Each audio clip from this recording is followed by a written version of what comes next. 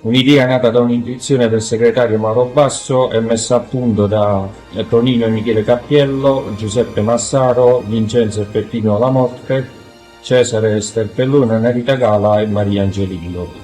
Come potete vedere è un presepe che raffigura varie scene, a differenza di quelle del Natale che raffigura solo la nascita. Questo è un presepe un po' più completo perché ci sono varie scene e vari momenti della morte e resurrezione di Gesù.